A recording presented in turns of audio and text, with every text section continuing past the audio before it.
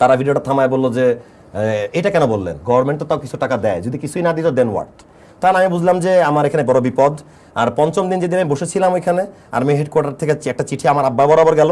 2018 সালে আপনাকে cyber crime থেকে ডাকা হয় এবং সেখানে যাওয়ার পর হচ্ছে আপনি তৌহিদ আফ্রিদির সাথেও দেখা হয়, এটা কি সত্যি? না তো, তৌহিদ আফ্রিদির সাথে দেখা হয়। আপনি একটা স্ট্যাটাস দিয়েছিলেন, ওটা আসলে কি? তৌহিদ আফ্রিদির সাথে দেখা হয়? চা খাওয়ার একটা ব্যাপার বলেছিলেন। না না, ওইটা তৌহিদ আফ্রিদির সাথে দেখা না, ওইটা আরেকটা, আপনি ওটা বুঝেন নাই। ওইখানে ওইটা ভিডিওটাতে ক্যাপশন দিছিলাম ওই কারণে যে একটা ছেলে চা নিয়ে ঢুকতেছে আর আমি বলছিলাম যে টেবিলের ওই পাশে সুখন সাহেব বসে আছে।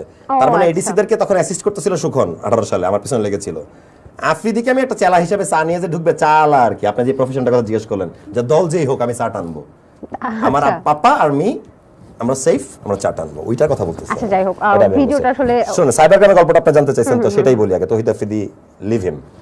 আমি সাইবার ক্রাইমের নিরাপদ সড়ক চাই আজব তো নামে একটা শো করতাম, সোলো শো ম্যাঙ্গো স্কোয়াডের।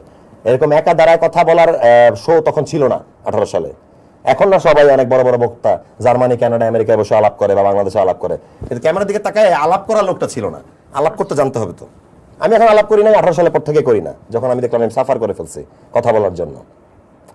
সো গেলাম, আমাকে 7-8 ঘন্টা বসায় রাখা হইতো ওয়েটিং রুমে, আর হলো ওই আমার নিজের ভিডিও শোল আবার দেখাইতো, আর আমাকে চিনি ছাড়া লাল চা খাইতে দিত আর কি, এমনি আর কি, লাইক এটাই, মানে আসেন বসেন বসে থাকেন, মানে মানে নিজের অবস্থানটাকে, আপনার অবস্থানটাকে যেন ছোট করার জন্য এটাই এনাফ।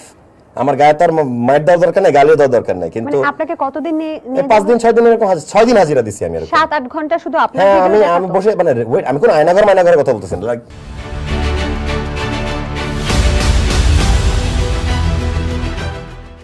সোফালা ওয়েটিং রুমে বসে থাকতাম। কিন্তু যিনি এডিসি সাহেব আমার সাথে কথা বলবেন, উনি হ্যাঁ হি করতেছেন, অন্য ছেলে মেয়ে রুমে যাচ্ছে, উনি গল্প করতেছেন, কিন্তু আমি ভয়েস শুনতেছি কিন্তু আমাকে ডাকতেছে না। আমাকে যখন ডাকছে, আমার নিজের ভিডিও আমার 16 বার দেখার কিছুই নাই, এটা একটা পানিশমেন্ট। ভিডিও চলতো, থামায় বলতো যে এটা বলতে পারবেন না, এটা গভর্নমেন্টের বিরুদ্ধে গেছে, এটা বলা যাবে না। আমি বলেছিলাম যে একটা ছাত্র যদি মারা যায় বাসে অ্যাক্সিডেন্টে, আপনি যদি একটা পরিবারকে আপনি 1 কোটি টাকাও ধরাই দিয়ে বলেন যে পরিবারের সদস্যের বিনিময়ে 1 কোটি টাকা না, আমি একটা অ্যামাউন্ট বলছিলাম 3 লাখ 4 লাখ টাকা দিলে তো আর ওই সন্তান ফিরে আসবে না। ওই সন্তান তো ওইটুকু টাকা খালি আর্ন করার জন্য জীবনটা পায় নাই, সে তার ফ্যামিলির প্রতি অবদানের কথা মিন করছিলাম। তারা ভিডিওটা থামায় বললো যে এটা কেন বললেন, গভর্নমেন্ট তো তাও কিছু টাকা দেয়, যদি কিছুই না দিত দেন হোয়াট। তাহলে আমি বুঝলাম যে আমার এখানে বড় বিপদ। আর পঞ্চম দিন যেদিন আমি বসেছিলাম ওইখানে আর্মি হেডকোয়ার্টার থেকে একটা চিঠি আমার আব্বা বরাবর গেল, আব্বা বরাবর তাও, যে আপনার পুত্রকে কন্ট্রোলে থাকতে হবে, তার ফেসবুক স্ট্যাটাস এন্ড ভিডিও হচ্ছে বিব্রতকর এবং উস্কানিমূলক রাষ্ট্রের জন্য। এটা তো খুবই ডেঞ্জারাস কথা, এরকম চিঠি সেকেন্ড ওয়ার্নিং মানে তো রাষ্ট্রদ্রোহী মামলা করে দিবে, পাসপোর্ট নিয়ে রেখে দিবে। আমি কোনো কিছু চাপা মারতেছি না, চিঠিটা কিন্তু আমি আপলোড করছিও ফেসবুকে, সবাই জানে। হ্যাঁ, রাত 3:30 আপলোড করছিলাম, মাথা নষ্ট হয়ে গেছিল, শেখ হাসিনা থাকা অবস্থায় আমি আপলোড করছিলাম যে আমি আর পারবো না বসে থাকতে, আই উইল টক, এত লোক মরে যাচ্ছে, এখন আর চুপ করে বসে থাকার টাইম নেই। তো 18 সালে এগুলো আমার সাথে হয়েছিল এবং আমার ফেসবুকটা 15 দিন গভর্নমেন্টের কাছে হ্যাক ছিল এবং ইলেকশনে 7 দিন পরে আমাকে প্রোফাইলটা দিয়ে বলা হলো যে আপনার আমার ফেসবুক পাসওয়ার্ড 12345, আমি যেন আমার মতো করে পাসওয়ার্ড করে নিই। সো এই সাফার করা মানুষগুলো কি ভুলে যাবে নাকি? মানে সোলাইমান সুখনের সেদিন জমিদারি দিন ছিল, আমার ছিল খুব খরার দিন, তো এখন দিন চেঞ্জ হলে এটা কি আমি ভুলে যাবো নাকি? মনে থাকবে না? যদি এটার বিপরীত হয়, আবার যদি ক্ষমতায় ফিরে আসে, তখন তো যাদের নামে বলছেন বা যাদেরকে বলছেন তারা তো আপনাকে বাঁচাতে দিবে কি? দুটো জিনিস হবে, কোনোদিন এটা হবেই না, এটা কোনোদিন হইতেই পারবে না, ইনশাল্লাহ কখনোই হবে না। এরা কোনোদিন আর আগের জায়গায় আসতে পারবে না। মানুষের সাপোর্টেই এখন মারামারি হবে। মানে যদি আমাকে কিছু ক্ষতি করতে আসে, পাবলিকই অ্যান্সার দিবে।